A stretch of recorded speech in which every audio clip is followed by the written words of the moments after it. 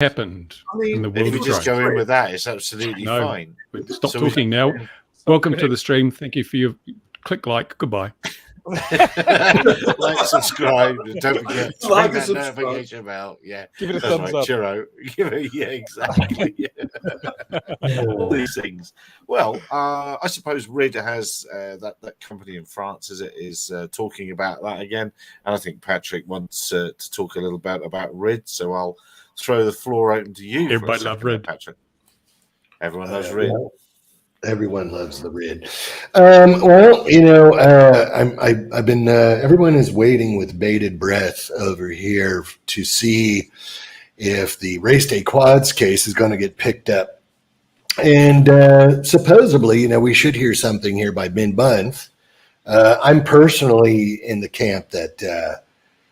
Although the wild card with the government, is they're really right now, they're doing whatever they want. We're kind of seeing that. But I do think that some valid questions were raised, some constitutional issues. The main point for me being the what constitutes navigable airspace. I have a feeling it's going to get picked up. I have a feeling it's going to go down. And I don't have any insight on it's going to go down, but I have a feeling about that, and because I don't think they crossed the T's, dotted the I's.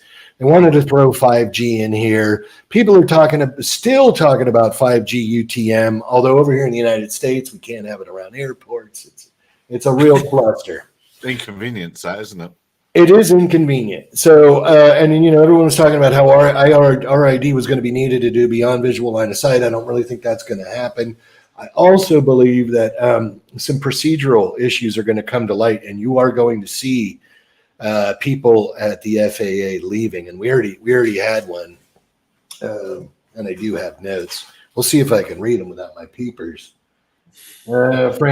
Francisco Castillo already left for Amazon, and I think you're going to see other people probably jump ship.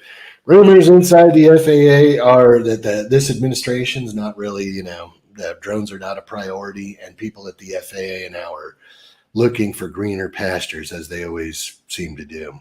But I just don't see that RID passing muster here. Maybe in other communist countries, but not this one.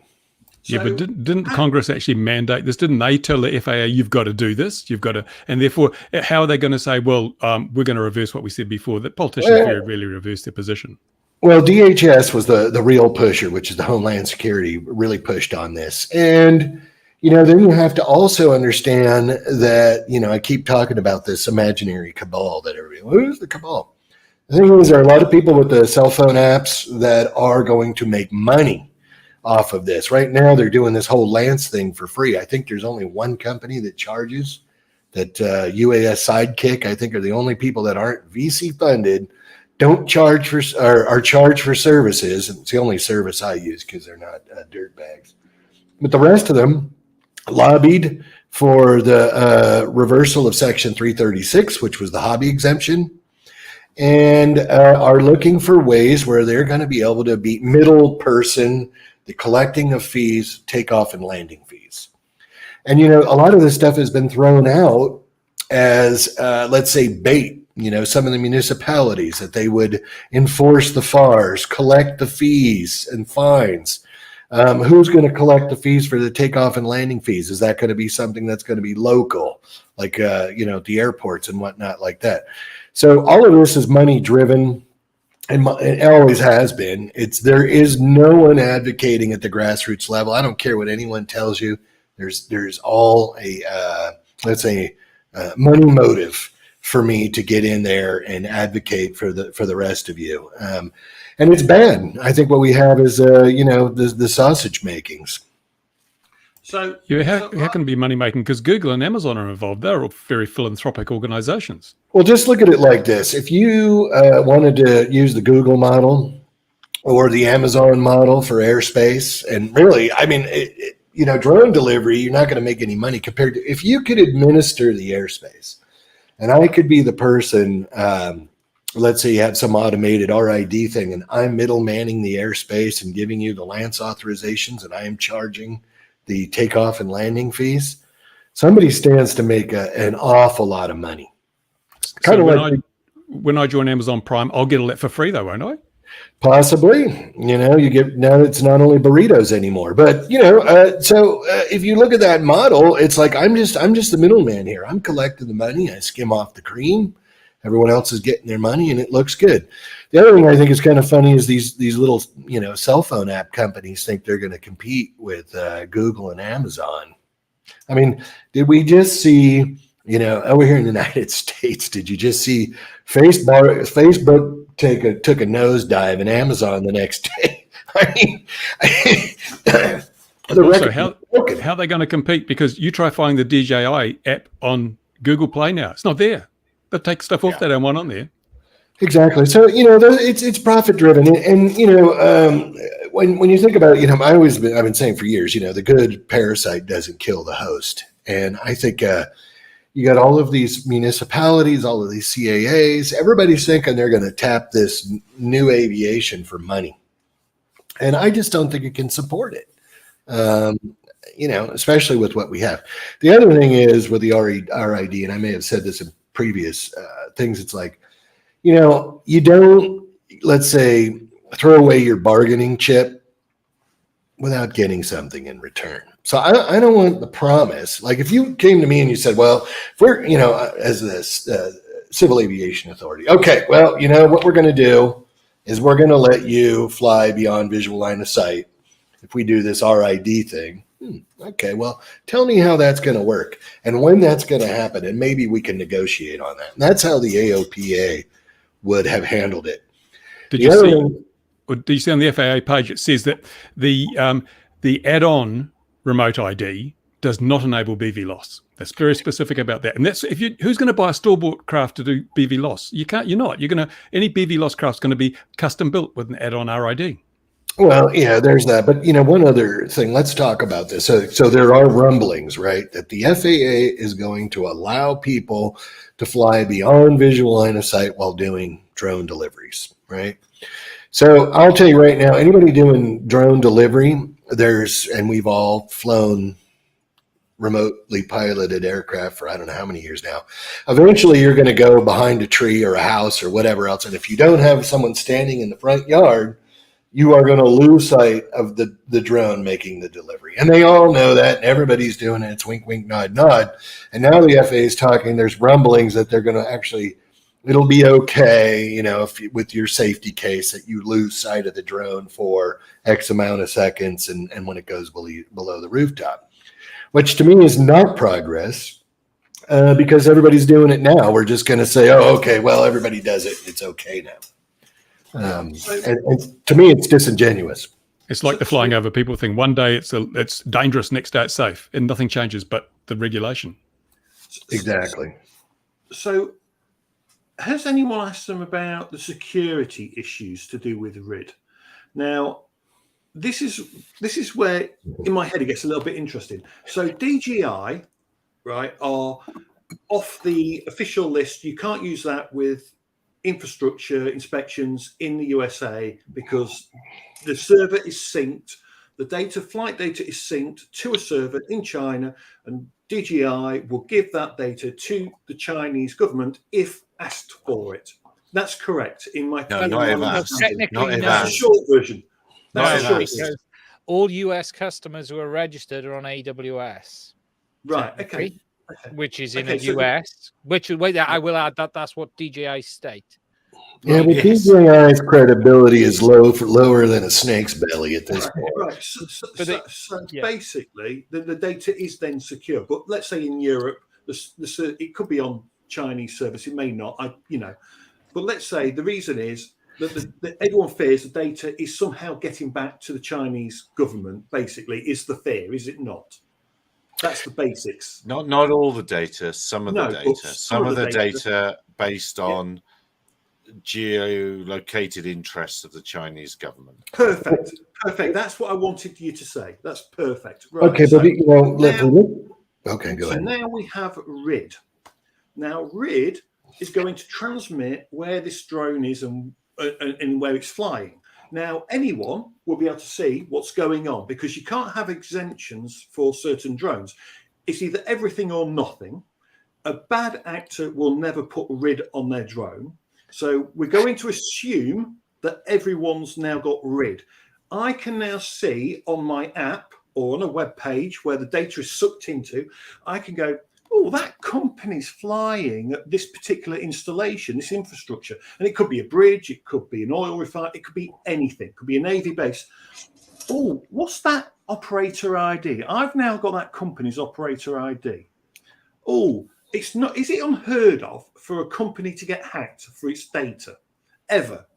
So all of a sudden, right, these companies are going to become very vulnerable and become targeted by bad actors that will literally just hack the company to suck their data, because they will now know what company is inspecting what critical infrastructure. And once you know that, you know who to go after. And in today's world, we know Google's been hacked before now. We know that AstraZeneca was taken for a ride.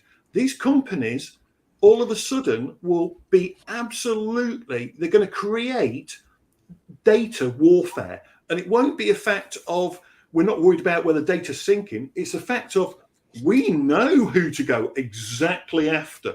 We know what company we now want to Yeah, but hacking is illegal. Heck, no one will break the rules, just like no one would fly without remote ID. That's what they're there for. Well, it's true. that logic, Fair I point, forgot the well made. logic. Damn it. Fair point, well made. Fair point. Yeah, fair I point, mean, Bruce. in no way would you set up a load of smartphones or Raspberry Pis in boxes around the critical infrastructure to see if you can detect any traffic operating there using RID on a Wi-Fi frequency. You wouldn't do that. Nobody It'll would be interesting consider to see doing that. when that's set up, who's going to hack it. So it gets even better. These companies that are creating drone in a box, right? So we've all seen the adverts, drone in a box that's going to do drone security. It'll be at a site. It's in a box. Yes. You have a drone in a box. It's a drone in a box. So you'll have a drone in a box, and what it does is it comes out and does its little track around the area, and it's doing its inspection of the site. It's doing its security patrols as it flies around.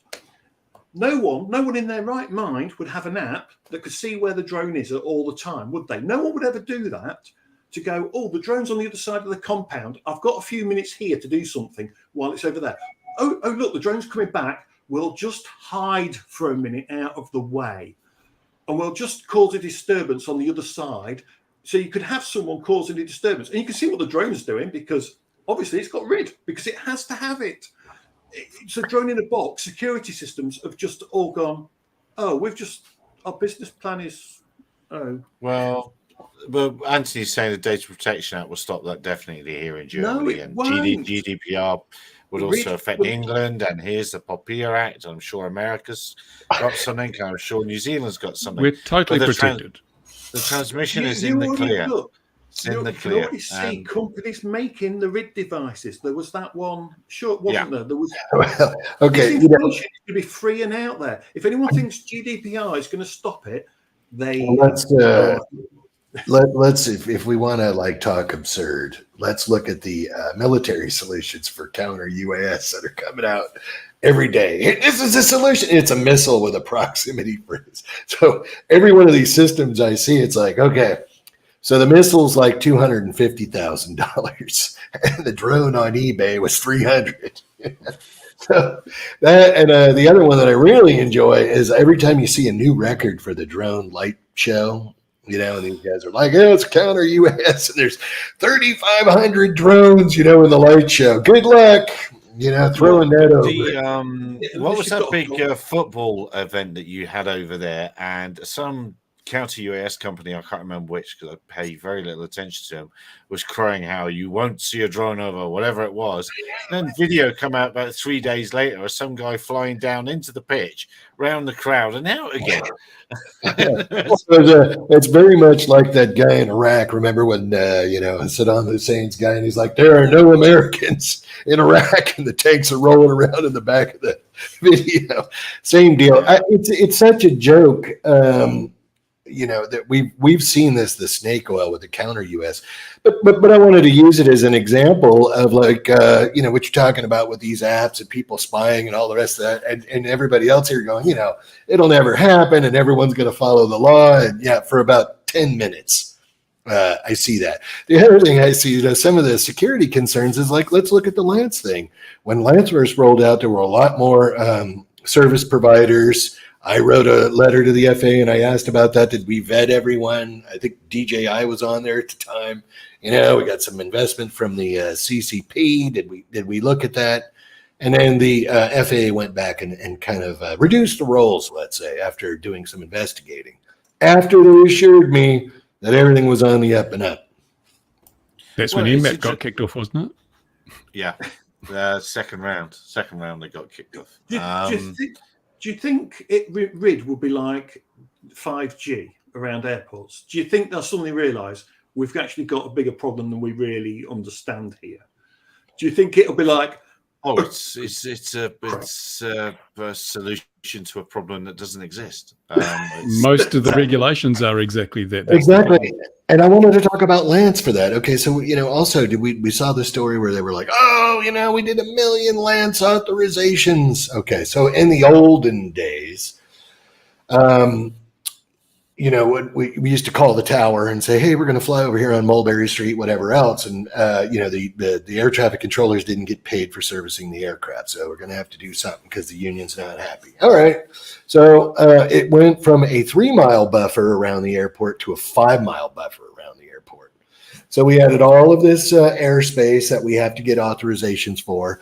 We've added all of these different classes of aircraft now that we have to get authorizations for. And we've also determined that we have control of all airspace down between the blades of grass. So we created this huge thing to enforce, and now we're crowing about how we solved our own problem.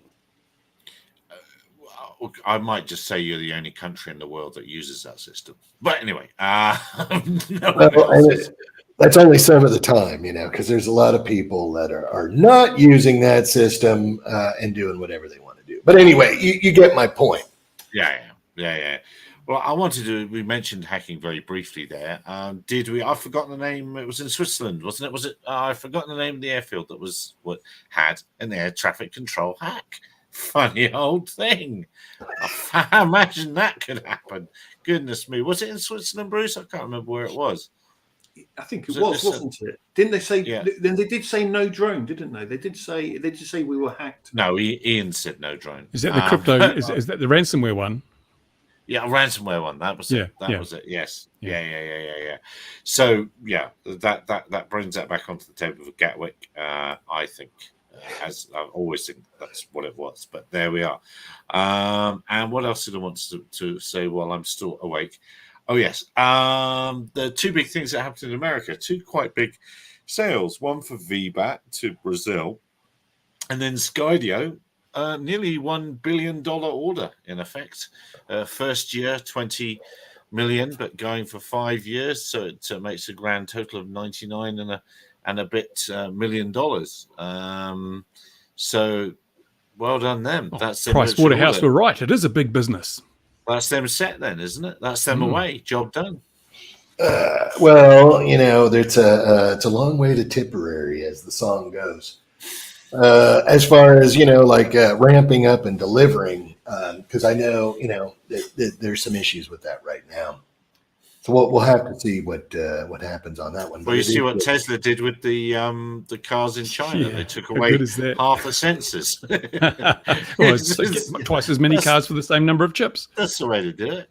Well, that's another thing. So that we were talking about hacking, and you notice, so Elon Musk now upped the ante, and I guess offered that kid a free Tesla, and they told him to go pound sand. So, the best laid plans of mice and men. We'll have to see what happens. With that musical reference, Patrick, you remind me of Rick Beato.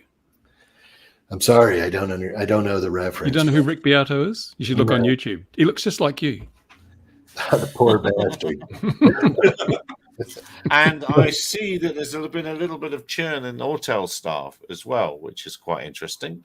So you're probably not getting yours, Bruce, but that's quite interesting that they're churning again. And I'm seeing quite a few people in the industry changing jobs, which is handy because there's quite a few jobs on the jobs listing still. But yeah, there's a little bit of churn in the new year, and I'm not quite sure what's causing it. I'm wondering if there's a sudden gust of reality. Bruce would say a gust of gravity. I'll say a sudden gust of reality amongst some of the companies as to what they can actually do. It's got to be hitting. You know, we said last week, I can't imagine sales in the last 6 months have been particularly great. I do know, I've spoke to one of the guys who's involved with Autel, who was involved with DJI, and he's one of their support guys. And he is genuinely, he'll tell me if it's good or bad. And there's some really good things about these two new aircraft. But being genuinely honest, they potentially here have something very, very good. However, as we know, not always what's good makes it. And are they 2 years too late? And I do wonder, look, the world is heading into but then could you say, could they have done it 2 years ago? Are they They probably couldn't have, late? but the issue is, look, let's just look at the UK. Every household in the UK is set to have a pay cut of about £1,000 a year right now. Every Brexit through bonus. Brexit, it's not even being driven by Brexit. We haven't even had that COVID bonus. This is energy. This is the payment for COVID. You know, national insurance is going up, so everyone's already £1,000 a year worse off, and that's minimum. We're currently running inflation. I think it's between 6% and 7%. Now they've already shoved mortgage rates up, so people's ability for disposable income is about to be changed big style. And let's be honest, drones, nice toy electronics like that are going to be the first to be hit. Well, you're just going to have to, man up to this deal, man, because I'm going Jamaican. I got like 3 jobs and a side job. And that's just to keep up with the what it costs here to live in California. It's funny. That is an interesting point, Patrick. The British especially have got used to a living standard that you could argue was never realistic. You know, if you go back, people always had 2 or 3 jobs.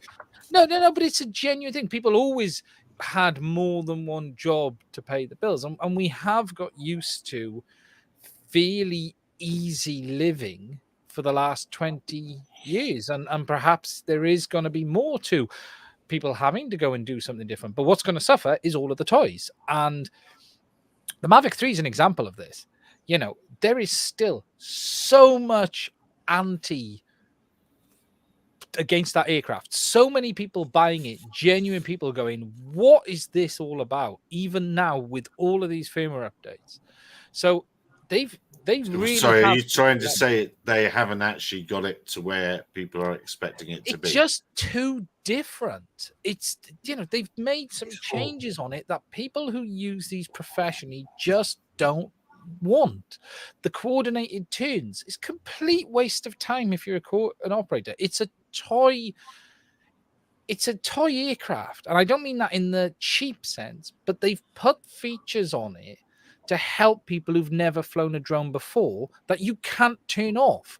They chose the app, which was for their bargain basement aircraft for it. And that tells you everything, really. If you look at the app they chose, was the app that they were selling with their cheapest aircraft. Yeah. So, there was a professional operator in the UK who bought it this week, has posted on Facebook. He's selling it. He's bought it. He's had it 3 days. You saw Alex's post, Mark, did you?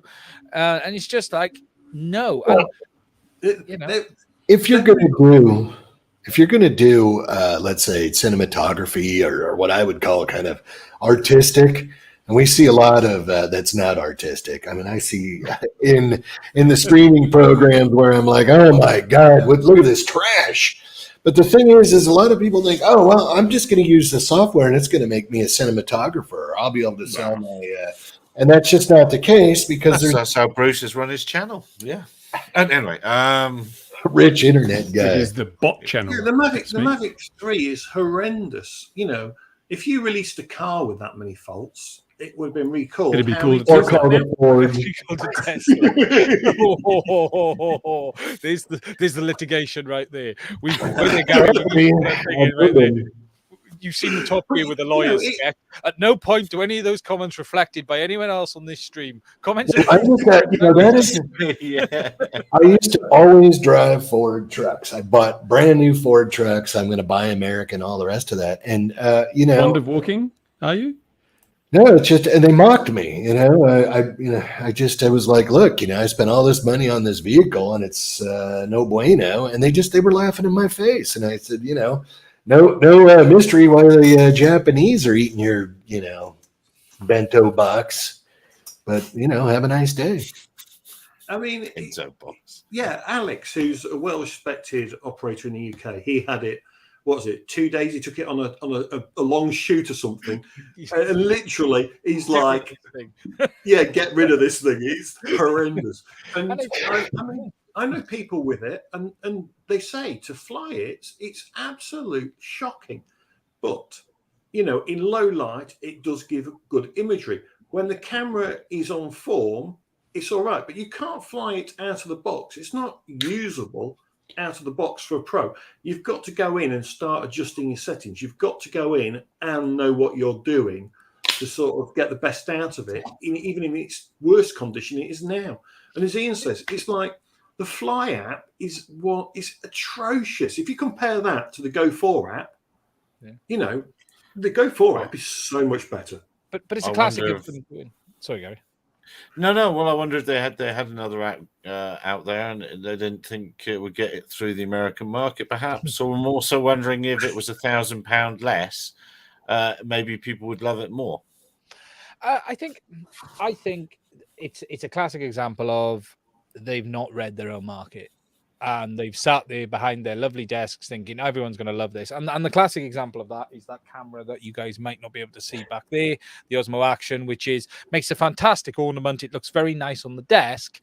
As an action camera, I'd swap it for a potato, because the potato at times is more rugged. It's only because there's a chip shortage and you want to make your Yeah, own. there you go. Yeah, someone had to get there. They have lost their way, but that's inevitable. Will they? I thought that Zoom 2 was a real milestone. You had the extra feature being able to zoom and fly around, and I thought it was great. I don't really want more software, let's say, governing how I'm going to make my artistic representation. And that's probably a really good example of what's wrong with the Mavic 3. The Exactly. software is taking complete control, even the way you want to yaw the aircraft in flight, which is insanity. So you say it's coordinated turns like an aircraft. So it Yes. puts Like the DJI FPV drone. Yeah, Like the FPV drone. Does that do that? It's a further example of DJI still owns your product. You can't do what you want to do with it. They'll tell you exactly what you can do and can't do with it. It's like, why buy it? Because you don't have it. It's just, you're paying the money, but you don't own it. So But basically, also- buy a Mavic Pro 2, everyone, or the Air 2. I'll be honest. Those are the two machines to buy. The Autel is worth a look, but then you have the question mark over longevity part. And look, are they any better than DJI? In many ways, no. Look, but they've scrapped batteries for their older aircraft. So if we're going to throw criticism at DJI for playing the obsolescence game, Autel are no better. In fact, they released a smart controller that would only work with the previous drone, and then a month later released the new one with new compatibility. So they're not any better. Happy model for the win. Happy model for the win. Is that the same? Skydio will do. Hopefully, Skydio will do better. No, they're not interested in consumer. Yeah, I'm none still- anymore. Military And commercial. the thing with that is really it's the only card left to play for them is the obsolescence to get people to go out and buy. That's the only thing I see left right now until there's some I don't know, maybe the battery technology, you're getting 45 minutes of flight time, or the cameras 8K or, which you may not need. But till then, I don't really see anything new. And then I don't really see anything new regulatory wise to open the envelope. And it's kind of, same deal I told Chris Anderson back in the day, when they were going to build this autopilot with 3,000 waypoints and, it fed the dog and milked the goats and whatever else. It's like it'll be 20 years before you can use any of this stuff. So it all sounds good throwing, darts at the board, but until that gets cracked open, I think you're going to have a problem. Do we all see the new, yet another RG Pilot mode, which has really matured now, which is aerobatics on a switch? Select what you want to do, loop, roll, whatever, flick the switch, and away it goes. Just buy a simulator, people. Just buy a simulator. It's much easier if you can do it that way. Yes. I didn't have that. I always said that's what the FPV drone should have had. I always said that. I'm shocked it didn't have an aerobatics button. If Hoopsan can have a flip button, why couldn't DJI? But are we talking about plane or drone? So we're talking model plane. We're talking model planes. If it's to do with model planes, go to a model flying club. Learn to fly a plane correctly, where you've got no flight controller because so don't come to ours. It's completely a flight controller's not needed for a model plane. Hang on. Go to a model flying club. I was supposed to be making some sort of revelatory big comment, and you just shooting me. Yeah, down. of course. Actually, drones are like. You remember the abdominizer, that thing that came out in the 1980s? Where you've got your abs. Drones are the abdominizer of the 21st century. Everyone's already got one in the back of the wardrobe. They're never going to buy another one. Well, the other point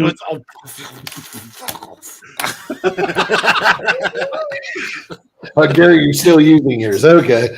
Well, it's working for you, buddy. No, it's the other deal, like where they talk about these autonomous race cars. It's like, who wants to watch a GP race with an autonomous car? I want to see the skill, the reactions, of the driver. Was he out, partying all night with the supermodel, and he's a little off his game today? Or, what are we going to see here? I don't want to see autonomous flight. I want to see some skill.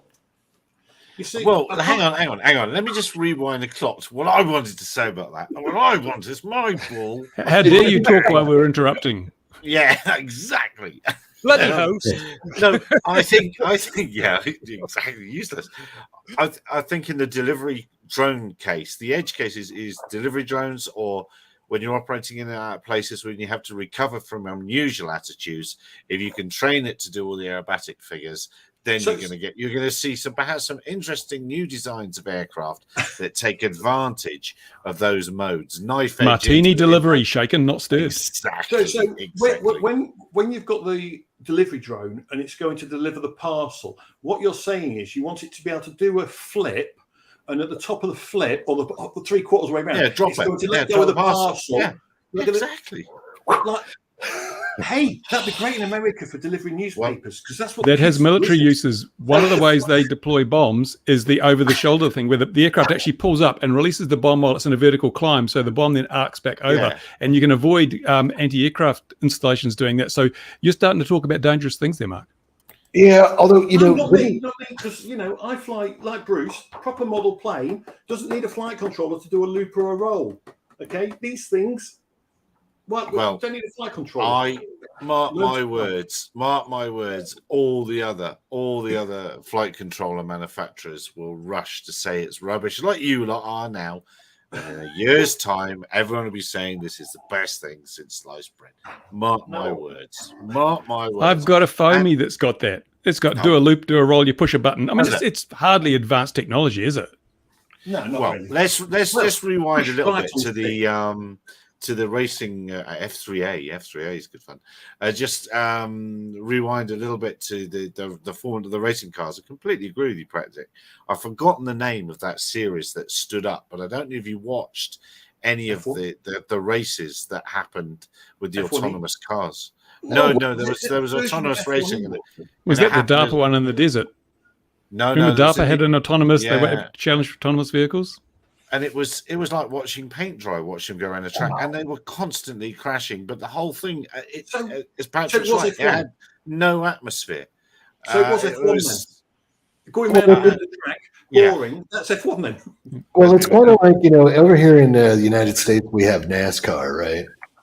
And the cars turn left racing. It's like, after Ricky Bobby quit, I was like, I'm not watching that anymore. I like, or the Isle of Man TT, the motorcycle racing. That is exciting. It's like Patrick Egan driving a stick shift on the right-hand side in Gary's hometown. Jesus. Mary and Joseph, the horns were blaring.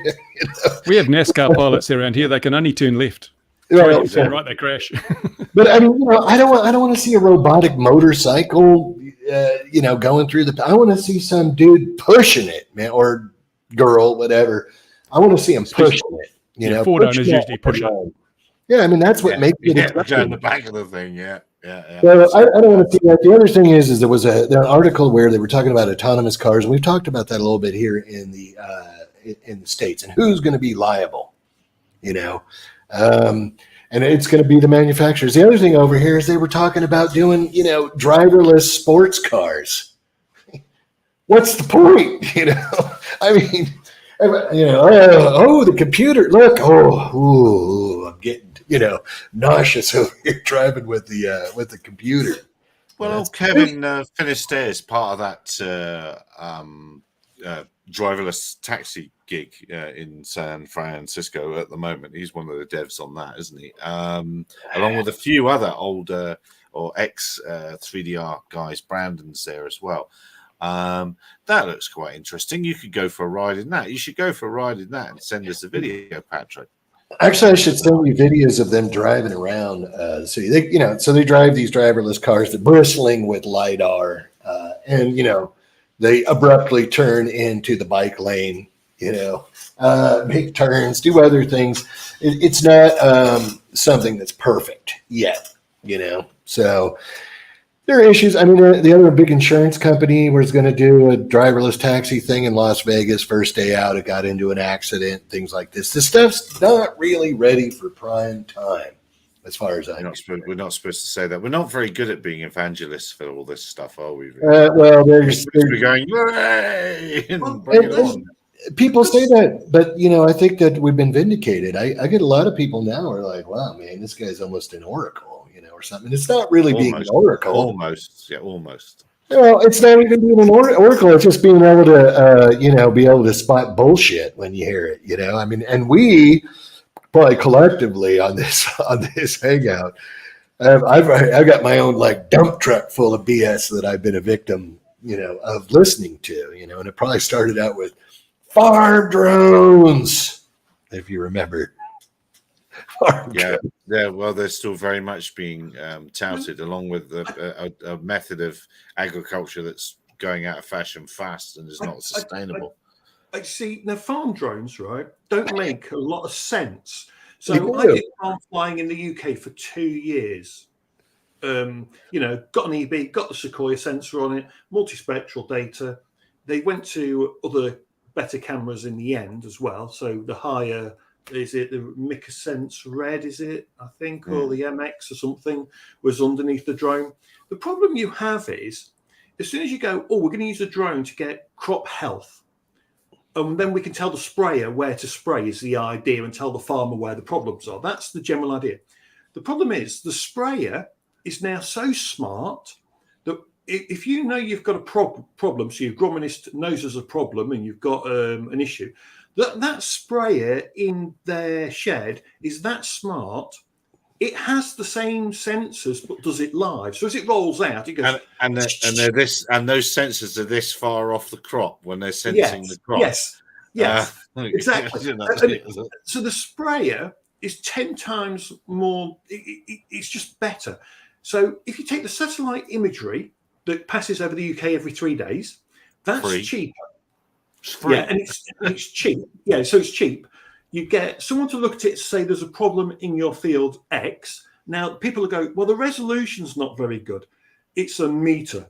Trust me, it's good enough. If it was 5 meters, it wouldn't matter. It would be good enough. Well, I'm not deriding the concept. The concept is good, and I just talked to another guy who's using some of the bigger DJI spray drones, and there's people using XAG, and it does work. They're starting to get on par.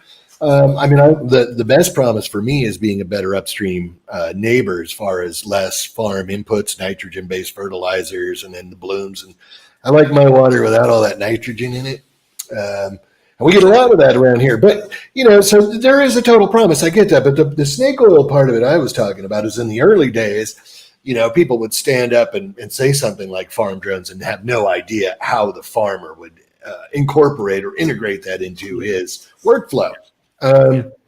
Drones have a lot of promise. My thing is even with the farm drones is really we need to, and it's doable today because the Japanese have been doing it since the late 80s, to fly beyond visual line of sight or beyond just close. So it actually makes tangible sense.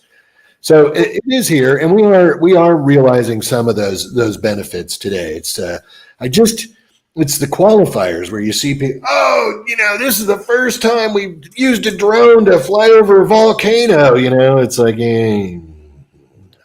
So what's really interesting though, Patrick, because obviously we're a tiny little country where our fields, if we've got a field that's 1 kilometre long, trust me, that's a big field. Where in America, I'm going to say Iowa. We're Coal King. Right, so you've got fields that can be like 5 kilometres long and probably as wide. Could you imagine a spraying drone showing up to go, we're going to spray your field? There are applications, all farms are not rectangles or squares, sometimes they're bisected by roads or power lines or whatever else. And it does make sense. The other issue that you have, here in like California, you can't swing a cat and not hit a vineyard. I mean, they are everywhere. I don't know how come wine's not $2 a bottle around the world, to be honest with you. But, perfect application for this type of technology. Same with the Japanese farming model. Their plots are very small also. It does work. I think it's some laziness on the part of the civil aviation authorities. This stuff could be done. And that is one other thing. I know it's your show, Gary, but I wanted to segue into some of those numbers. Oh, he's prepared. Well, I tried to write it big enough so I didn't have to put my Henry Kissinger lookalike glasses on, but I don't think that's going to work. So everybody saw the DJI flight report. Mr. Magoo. Exactly. Straight from the Paris Peace Talks, 1974. 10 to the -5 is one fatality every 100,000 flight hours, right? And, DJI's got their 76 million plus flights. And if you just times that times 10 minutes, and again, this is all back of the Servette, so if anyone wants to check my numbers, they can. That gives us 12,700,000 flight hours.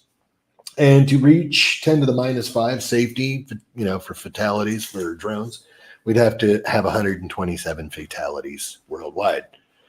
So it would sound to me that, and again, those numbers aren't everyone. That's just people that opted in supposedly to the DJI thing. And this is why the FAA says that we need to aspire towards the safety culture of manned aviation.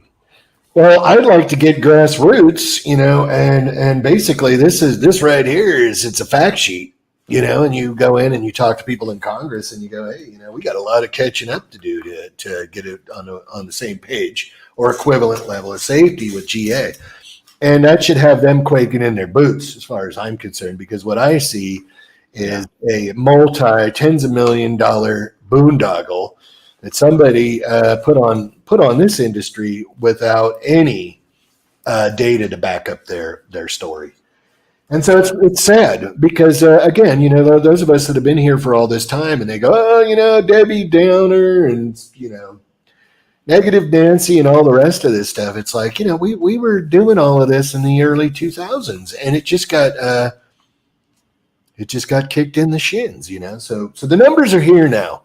I have contacted tried to contact some Chinese DJI contacts. And what I'd really like to do is break this down to hours, because really I'm making an assumption with the 10-minute flight time. Could be more, could be less, it could be whatever. But I'd like It to have doesn't matter. It really doesn't matter, because the magnitude is so great that you could be out by an order of magnitude, and 0 is still 0 in terms of deaths. Well, that is, I mean, you're hitting a bell there, Bruce. They said the FAA and other CAAs said, go out there and prove the negative. Well, how do we do that? I don't know. See you later. And now we're at the point where I think we can come back and say yes. And they'll just say it's only a matter of time. And then you ask them, please quantify that time. And what's a reasonable time? Well, my thing is we're over in the column with the big 0. And I'm not saying people didn't get hurt. Last week, didn't we see the video where the guy in India during the demonstration? She might have deserved it. We don't know. I like that, But the point of it is we have like 0 in the other column, okay? And GA does not have 0 in the other column. And they might come back and try and say, well, I'm getting tired of this skin in the game deal. I mean, if you look at the 121 or like the livery aircraft, there is a reason that those numbers are 0. And I've talked to other aviation people about this, and some of them, and we can all speculate here because I think it's an interesting topic. Is it the FAA regulation that make civil or livery travel safe? Is it the airlines? Is it them knowing that, hey, you have a crash and no one wants to fly on your death cycle? Or is it a factor of the airlines and a business process that they've put in place that they can actually, have this consistent safety number? Yeah, the thing that you've got to worry about, though, when you talk to regulators, because I'm anticipating doing a lot of talking this year, is when you say this is, we've got this perfect safety record, their response will inevitably be, yes, that's because the regulations are so effective. And we want to keep it that way, so we're going to make more regulations to ensure there are no deaths in the future. Yeah, all you have to do to invalidate that whole idea is go on YouTube, because it's a free-for-all. So I agree with you. They are going to see it works. No, not so much. Until and I'm not going to say the goose egg is going to be over there in the fatality category forever. We all, that's not how it'll actually be. I think we've said this will be good when someone does get killed, because then we won't have all those divide by 0 errors when trying to work out the ratios. Well, not only that, but I'm sure somebody with that, what was it, the Ab Master or whatever you were talking about? I mean, probably more than likely somebody died using that. I mean, it is. I think with manned aviation, you're quite right.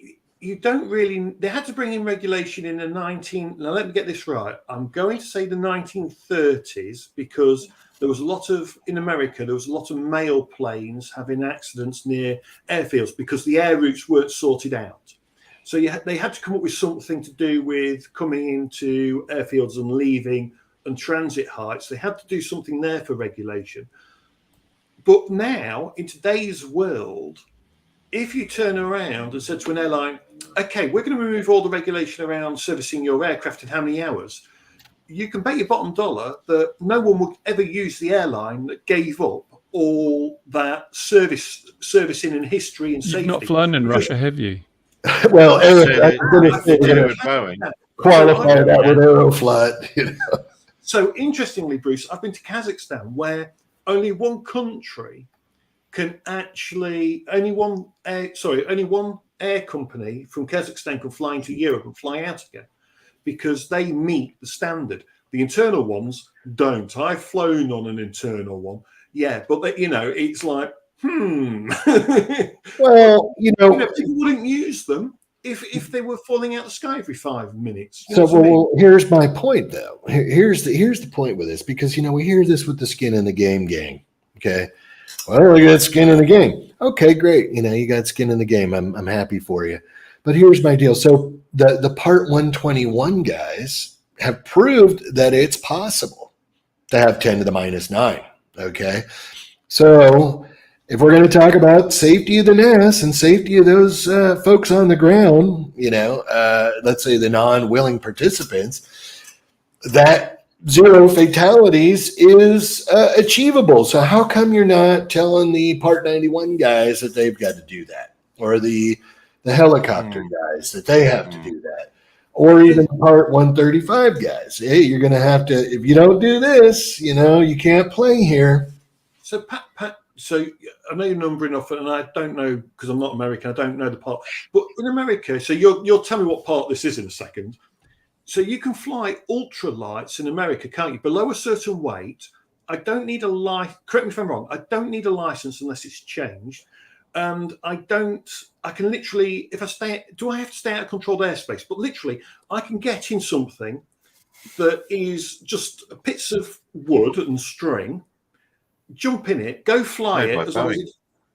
Yeah, it's Part 103, and you can go look it up. And they're not aircraft, and you don't need any aeronautical knowledge, and there's no age limit. Now, I was going at that for these TFR that's going to be up over basically a lot of Los Angeles, but you can't do it. No model rockets, no drones, no gliders, no balloons, nothing. It's like a total 30 nautical miles, isn't it?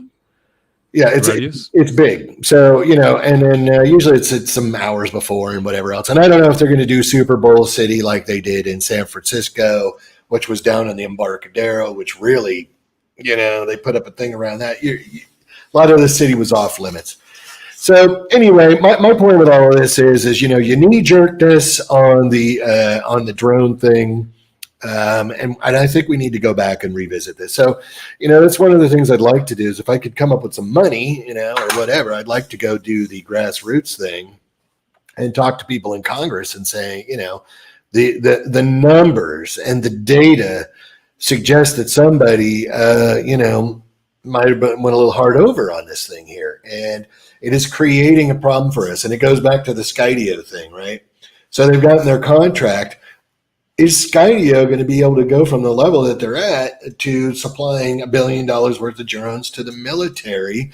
Or do you think that there's going to be teething problems ramping up on that, and then QA, QC, and everything else that's involved in ramping up in production numbers like that? Or am I just being naive? I don't know. I don't know. I think they probably have it all in place to do it these days. I think they'll get away with it. These people know what they're doing. So there won't be that many aircraft. You've got to remember, it's not going to be like 5,000 a month or something. It won't be all that many aircraft for that money. So this aircraft that has no certification has to weigh under a certain weight.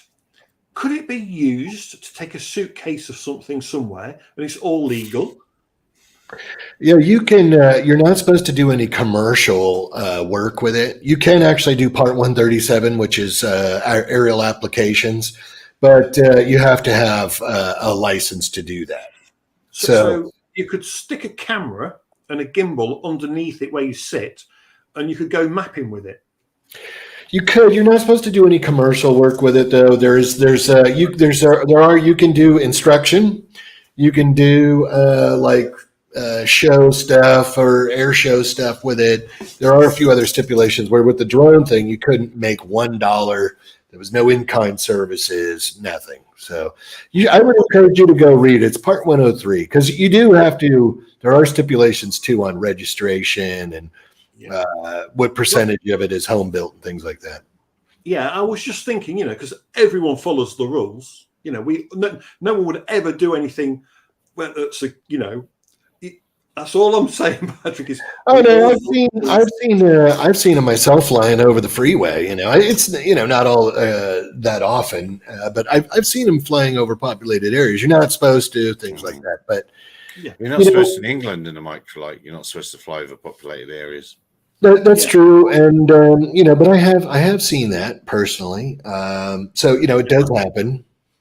I was just thinking, camera. So how much do these? I don't know how much these things cost in licensing, but if the new DJI drone costs for mapping costs like 20 grand, why am I not just buying an M1 camera or a decent camera? Because they would probably say that would be commercial work, and then who would know? Nobody would know. But why not just fly the drone? Because nobody would know anyway. Oh, Yeah. oh yes. of And you don't course. have to risk your life. I mean, I've seen And you some. don't have to fit it with RID either. Well, I'm if not happy with the California- people promoting illegal activities on the stream. You should clamp down, Gary. So California has this big no-fly zone. Does that include these Part 1? Yeah. No, I read the. It's not a notice to airmen anymore. I'm sorry. It's a Notice the emissions. Air emission. Yeah, and I read that in all the fine print. And there's like nothing. No model rocketry. If Nothing. you drop a knife in the kitchen, they'll arrest you. Exactly, because you have RID on the knife. So Yes. even planes like a Cessna, are they blocking? That's what my point is. Are they blocking all aircraft? Or Yeah, just- everything. I think party balloons. You know, And if you look at the Skylink, Skynet thing, you see they all move around. They just leave a big hole in the middle where all the satellites just avoid it for 30 nautical miles all around. It's amazing how high it goes. So what does Cove Action need to do to get current in the UK boys? Because he's not here for long. You said that just now. Depends what he's flying, but basically an operator ID. See the CA website, but the CA registration. So I would leave maybe the 3 at home and just bring the sub 250. I would bring the sub 250 because all you need is an operator ID. It's £9. You don't even have to do a flyer. When does the camera ID. thing come in? Are they going to have the camera thing where if it's got a camera, it has to be registered? Isn't that Yes, one of the yes. initial provisions?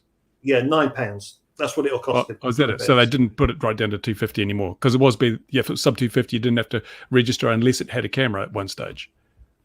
Yeah, so in the UK, if it's got a camera and it can record, it doesn't matter what weight it is. The UK way, we don't care what the weight is. It's £9. So if you've got an operator ID, and it has to be a UK-based operator ID, it can't be a European one. We don't, because we're no longer part of the party group. We're Brexit. no longer. We left the political system, the EU political system.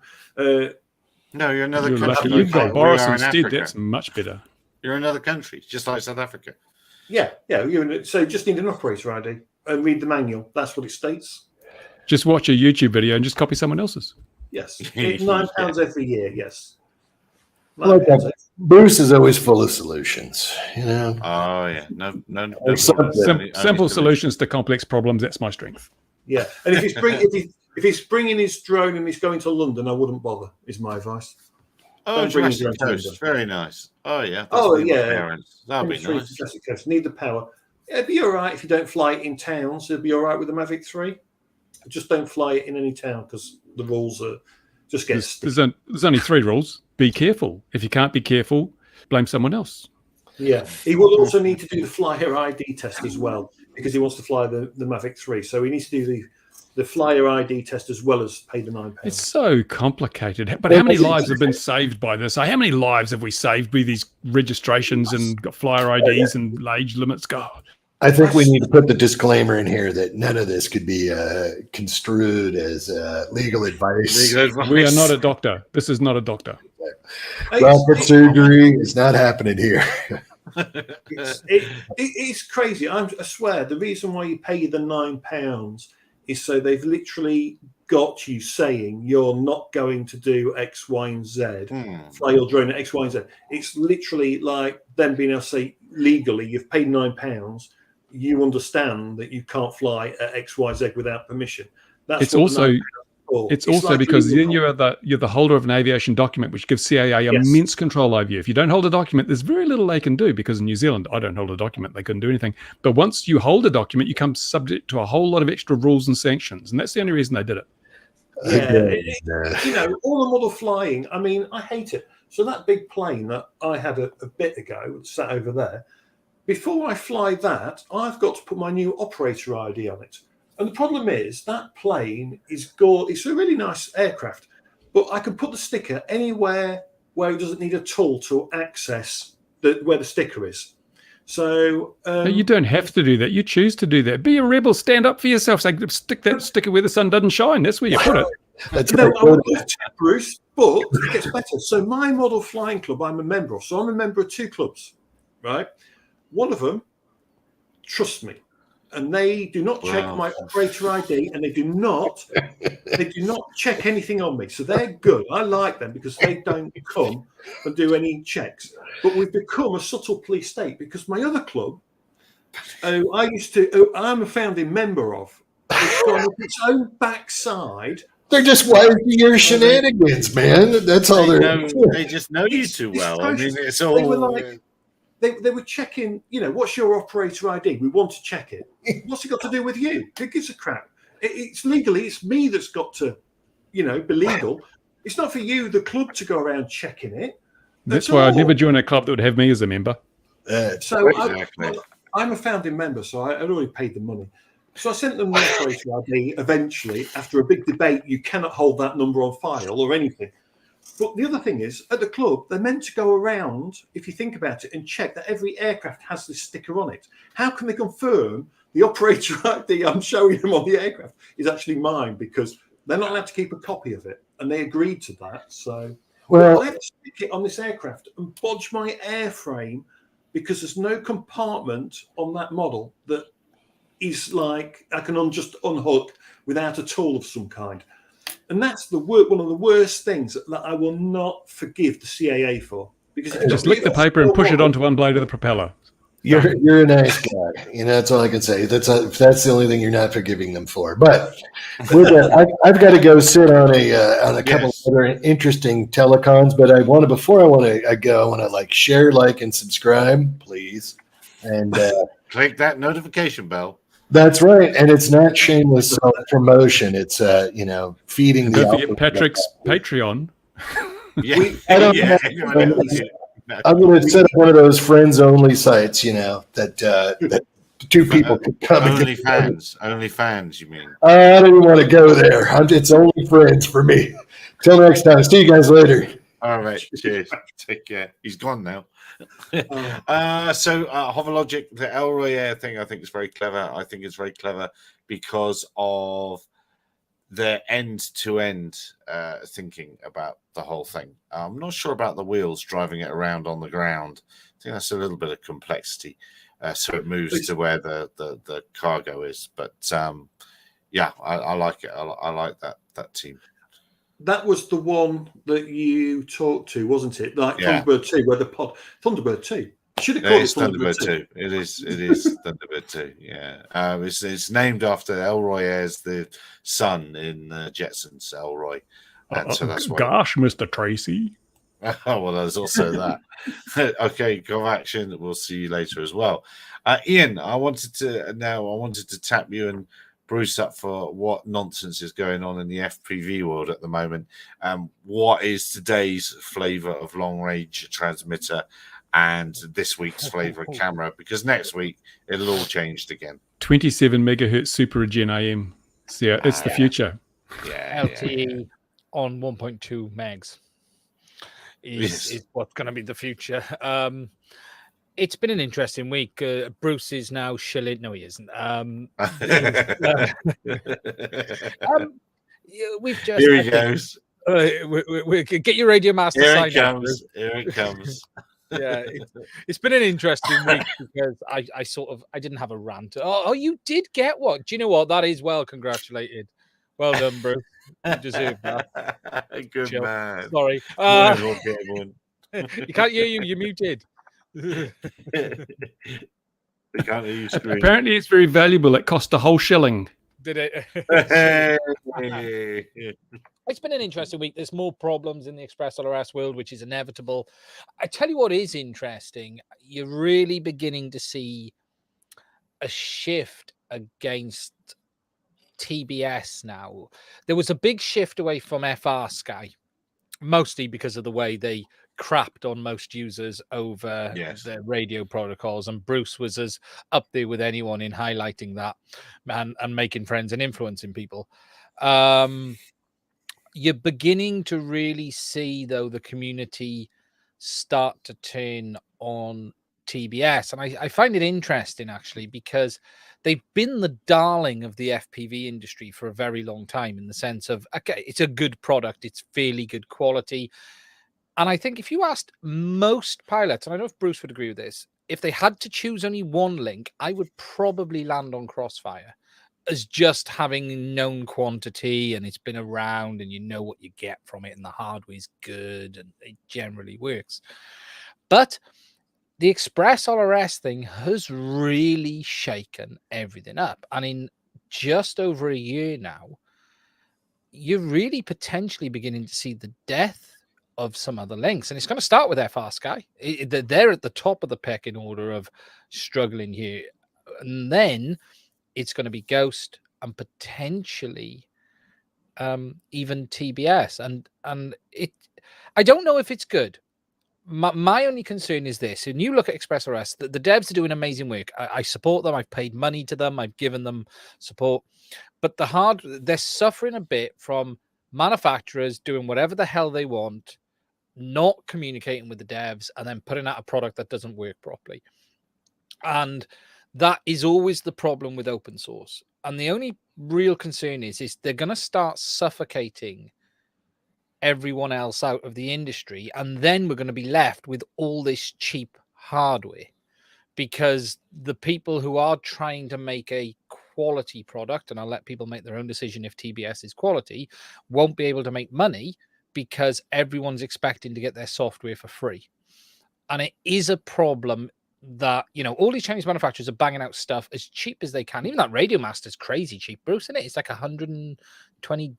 It's not expensive. Starts at 79. Starts at $79 for the basic CC 2500 one, and even the one with Crossfire module on the back as well is only 130 something, $140 or something.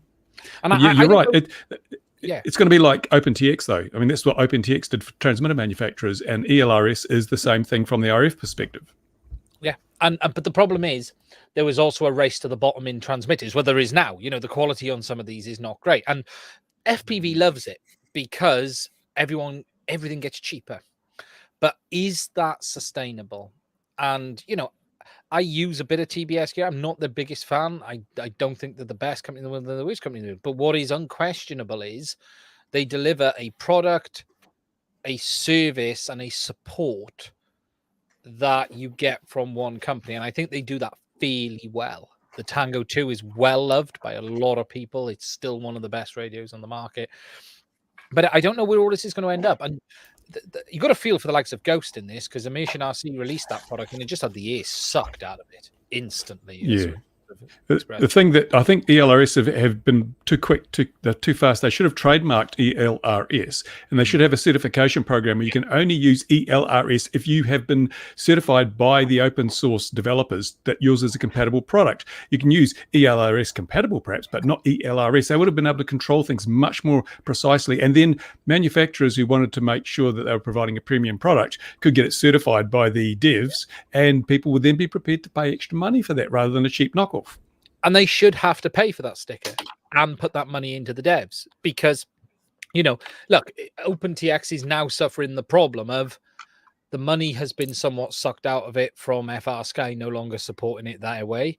And now OpenTX has come to a big standstill. I think it's 2 years since they've said the next release is coming. The thing that amazes me, though, is like I'm still running the original version on my Taranis. I mean, there's this change for the sake of change thing. Once ELRS or OpenTX reaches a level where it's useful and it does all the things most people want, why do we have to keep reinventing it? Why do we have to keep adding bits that 99, like anything, 99% of the people will use 10% of the functionality. So why do we need to add even more functionality nobody's going to use? And ELRS is already a nice, reliable radio link.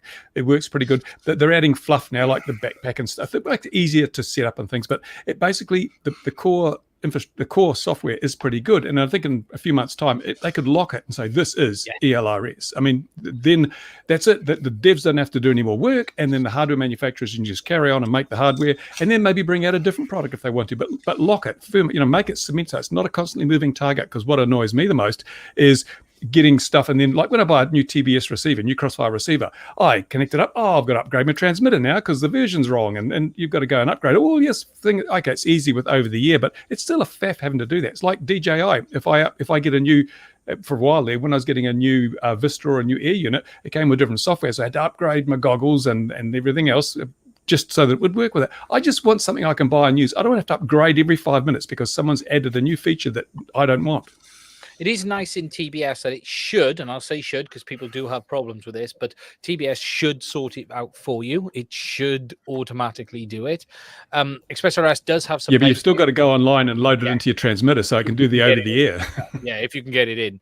And I don't know what then happens actually if you have a receiver with newer firmware, Bruce. I've never been in that position than the radio. I couldn't get my one. I had that situation. Some of them wouldn't bind. They just wouldn't bind because there's a version. So you had to then update the radio, and then it would have let you go forward. Yeah. So that's where you're seeing some of the pain. And ExpressRS has had that. In 2.0 is compatible with 1.0. So you're buying aircraft. When I bought this comes with 1.0, and there isn't a 2.0 build for it. I don't think yet. So I had to downgrade one of my modules. So there is still a lot of pain points here. As Bruce quite rightly says, actually we need a lock point, maybe 3, and just go, this is going to be it now for this, and you move on to something else.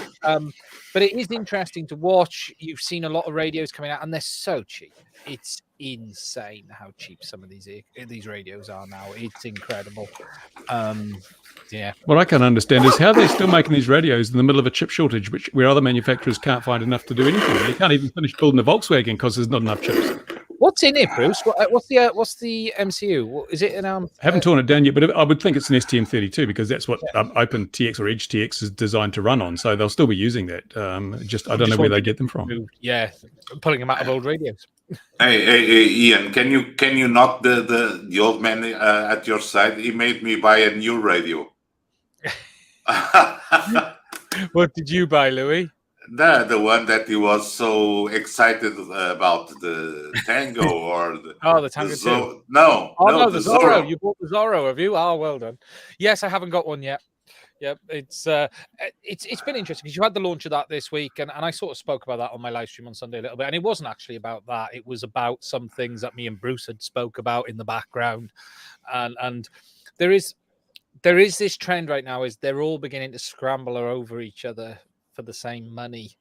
And I've got a video which I've been starting, and I don't know if I'll actually do it because it will probably annoy more people, but I'm good at that. Do it. I finished with Fat Shark, and it's now genuinely the video is called "The Brands You Can Trust in FPV 2022." So that means your new middle name is Boris. So you're Boris, pissing up. Yeah. And literally, I was airing all of the dirty laundry from 2019 and just saying how each company handled it. So, this company had this problem. They handled it really well. I mean, there's no brand I say I wouldn't buy from, but all I did say was you should take this into account because there are companies last year that have made ExpressRS modules with problems.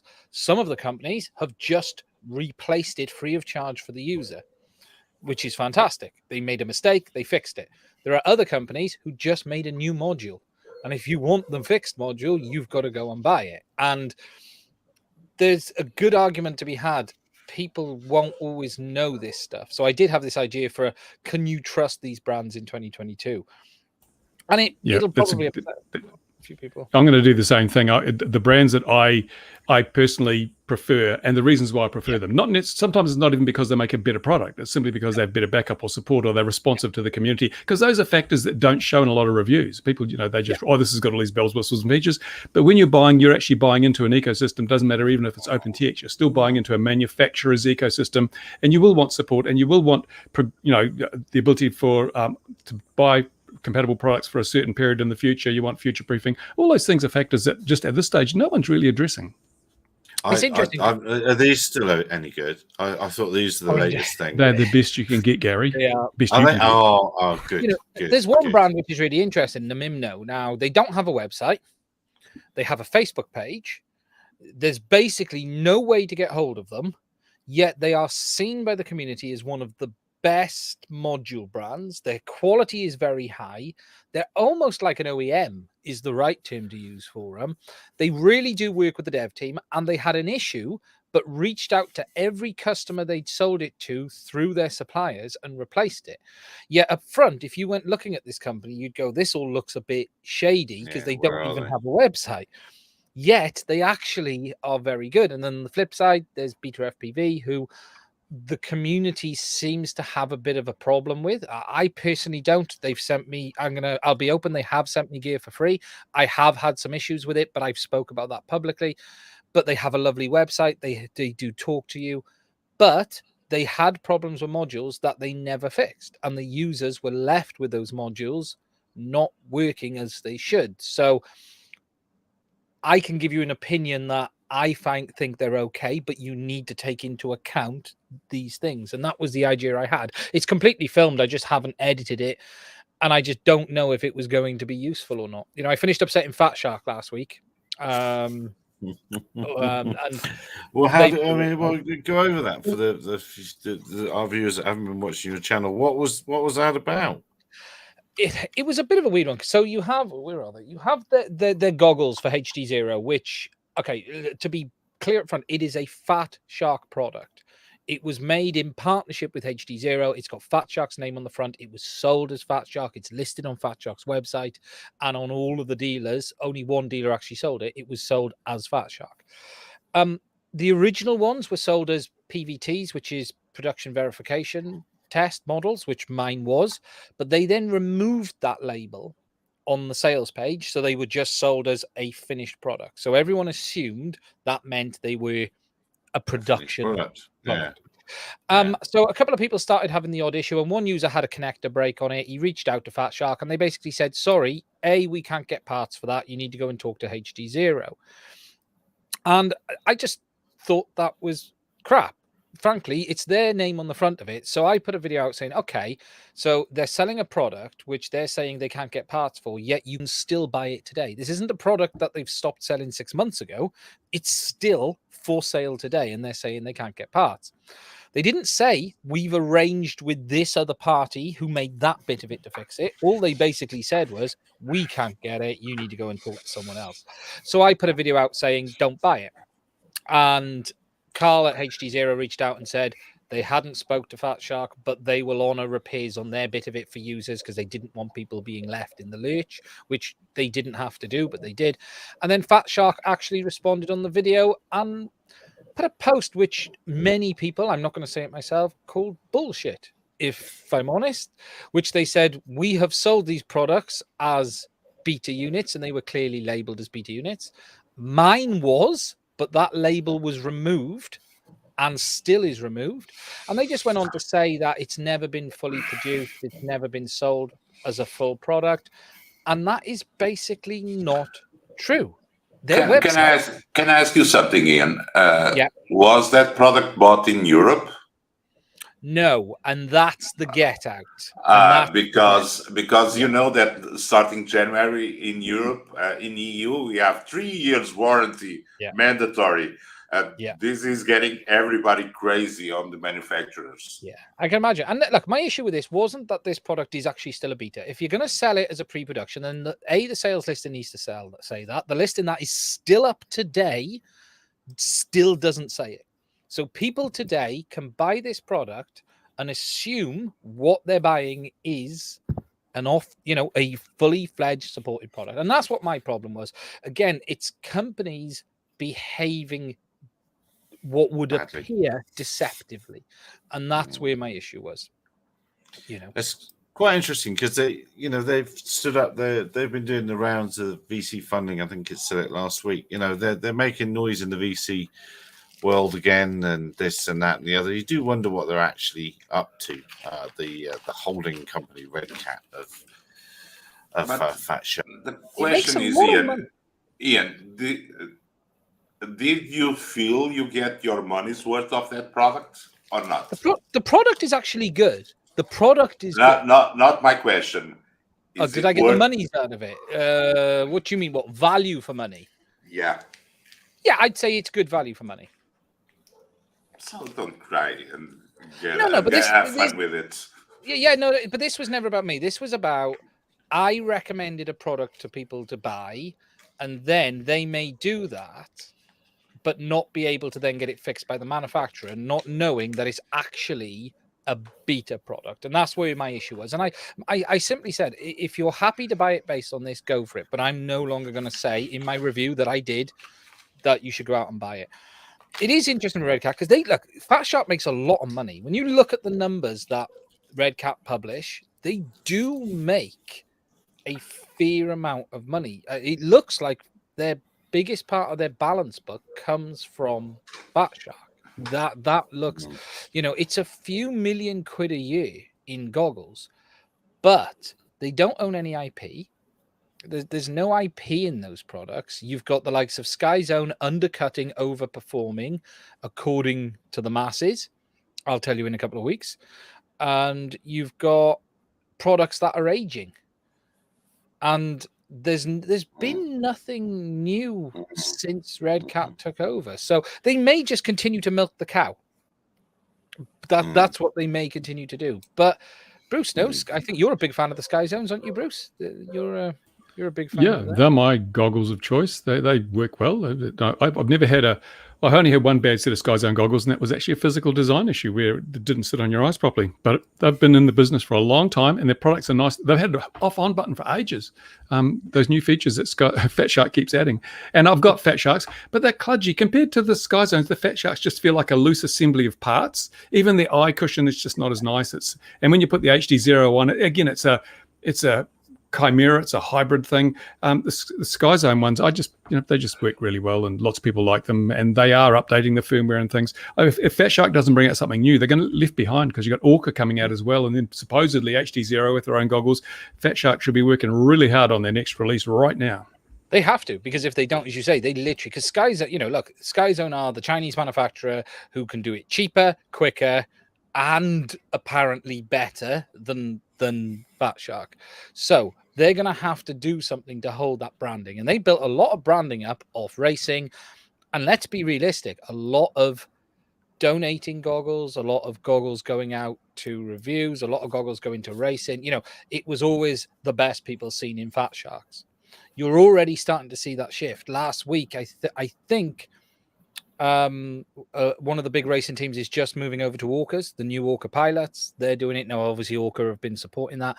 But Fat Shark have to stay relevant. And if you can't stay silent, because if you stay silent, someone will just take your limelight. And that's what's happening right now.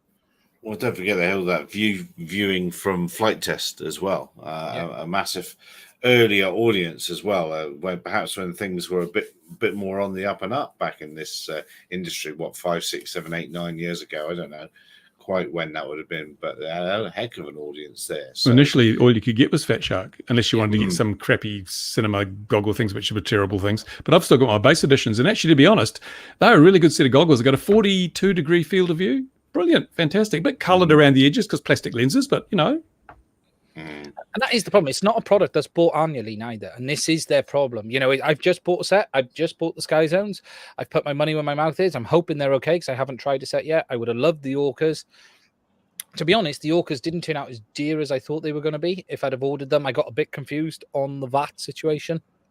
I thought I'd be paying about another 180 quid, and it turns out I actually wouldn't have been. The price was showing including VAT. So we'll see this week if I've made a mistake. If I have, I'll flog them and buy the Orcas, and that's what I'll do. But you're not just set them on fire, make a video.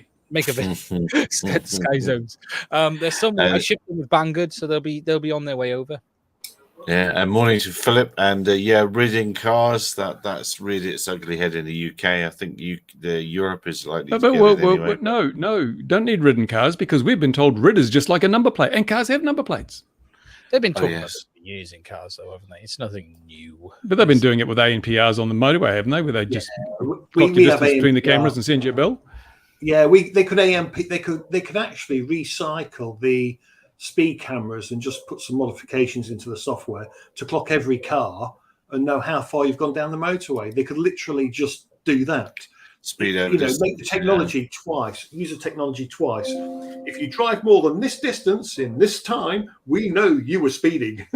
Plus, we also know we're going to charge you 10p for the miles you've just done. Yeah. So what you do is you drive at 200 miles an hour, and then you stop for 30 minutes before the next camera.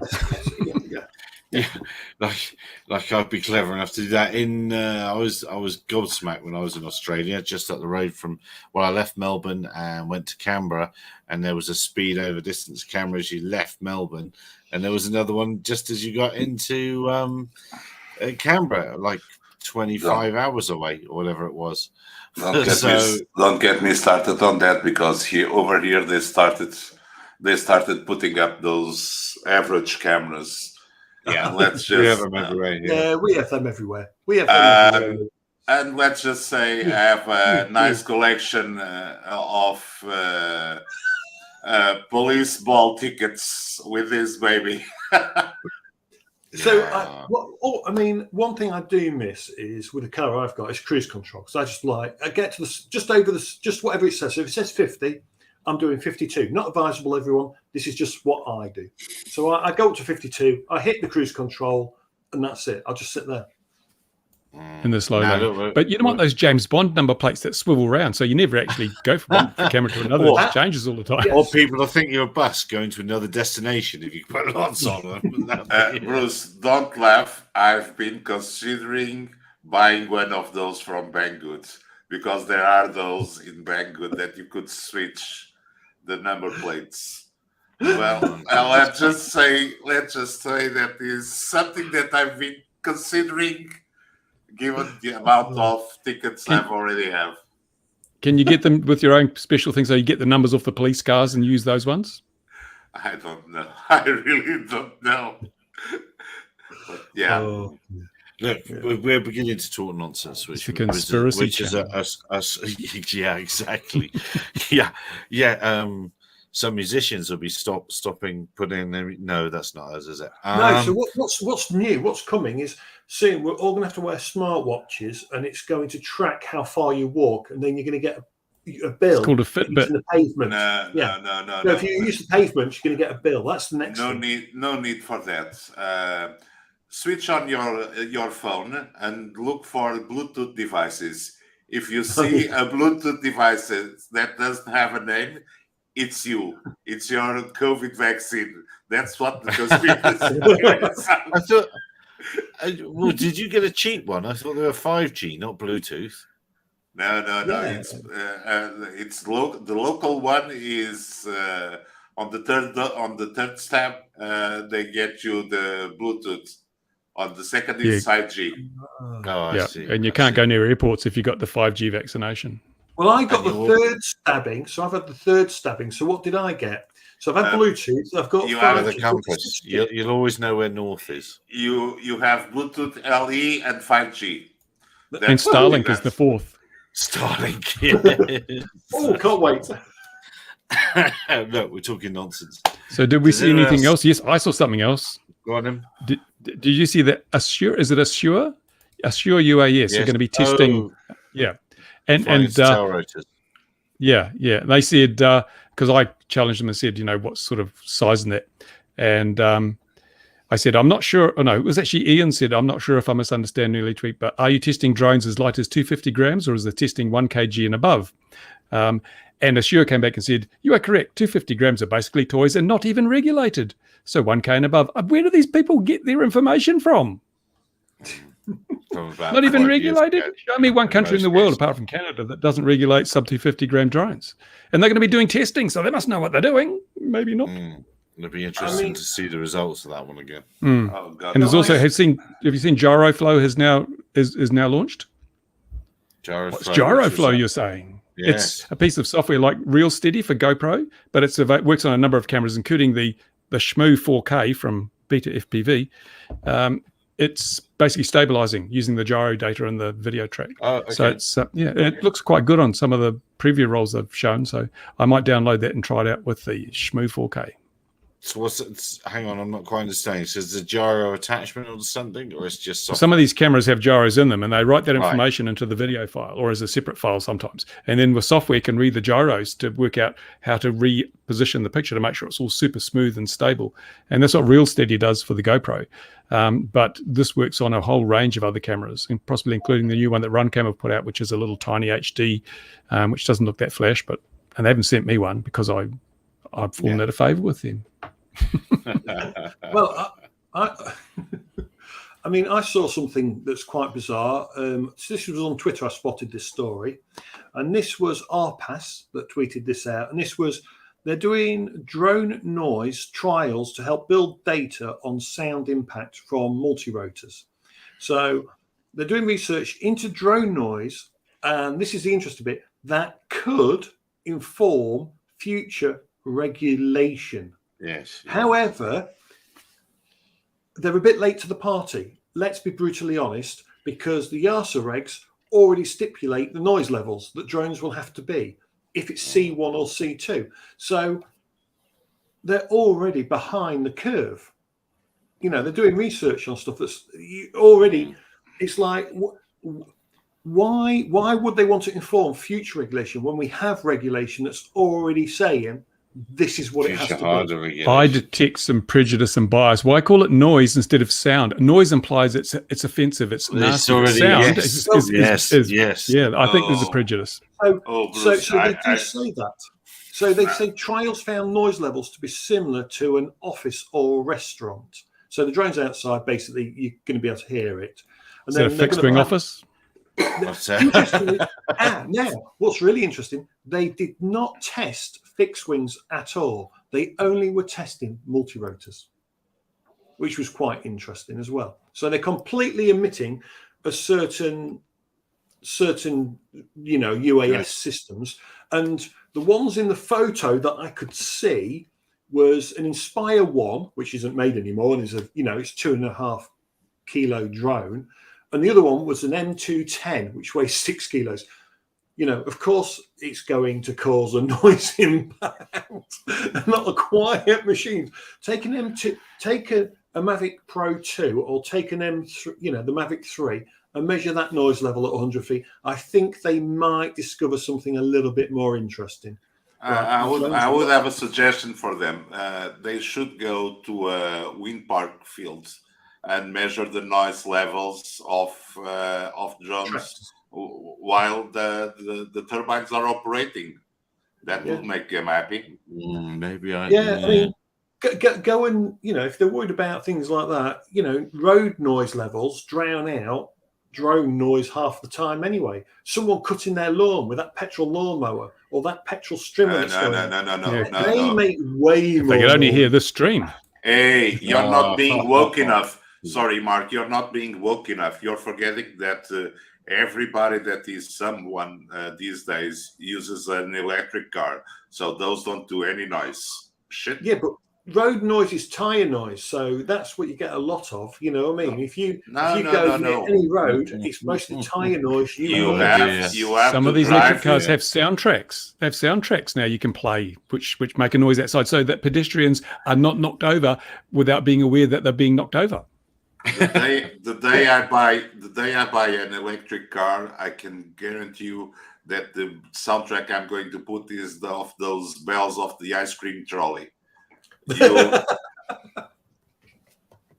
Yes. Green sleeves, Mr. Whippy. Do they have those in New Zealand? We have everything in New Zealand. You should be here, Gary. You wouldn't miss a thing. We just don't have that as a brand here. We don't have that as a brand. We have those, but not as a brand. New Zealand's great because it's got plenty of water nearby. Does if you need it. Okay. New Zealand's an island, plenty of water nearby. It's just over there. We've had plenty of water this week. It's rained every day, and they've got 135% humidity at the moment. It's supposed to rain for the next week as well. Can we have some of that? That's what we had. That's what we had a couple of weeks ago. You'll get hot next. That's what I'll do next. It'll get hot. Right, we're talking nonsense. Going once, going twice. Dear viewer, wherever you are in the world, look after yourself. We'll see you again. 2100 GMT next week when more stuff would have happened, perhaps. Cheers for now. Bye-bye.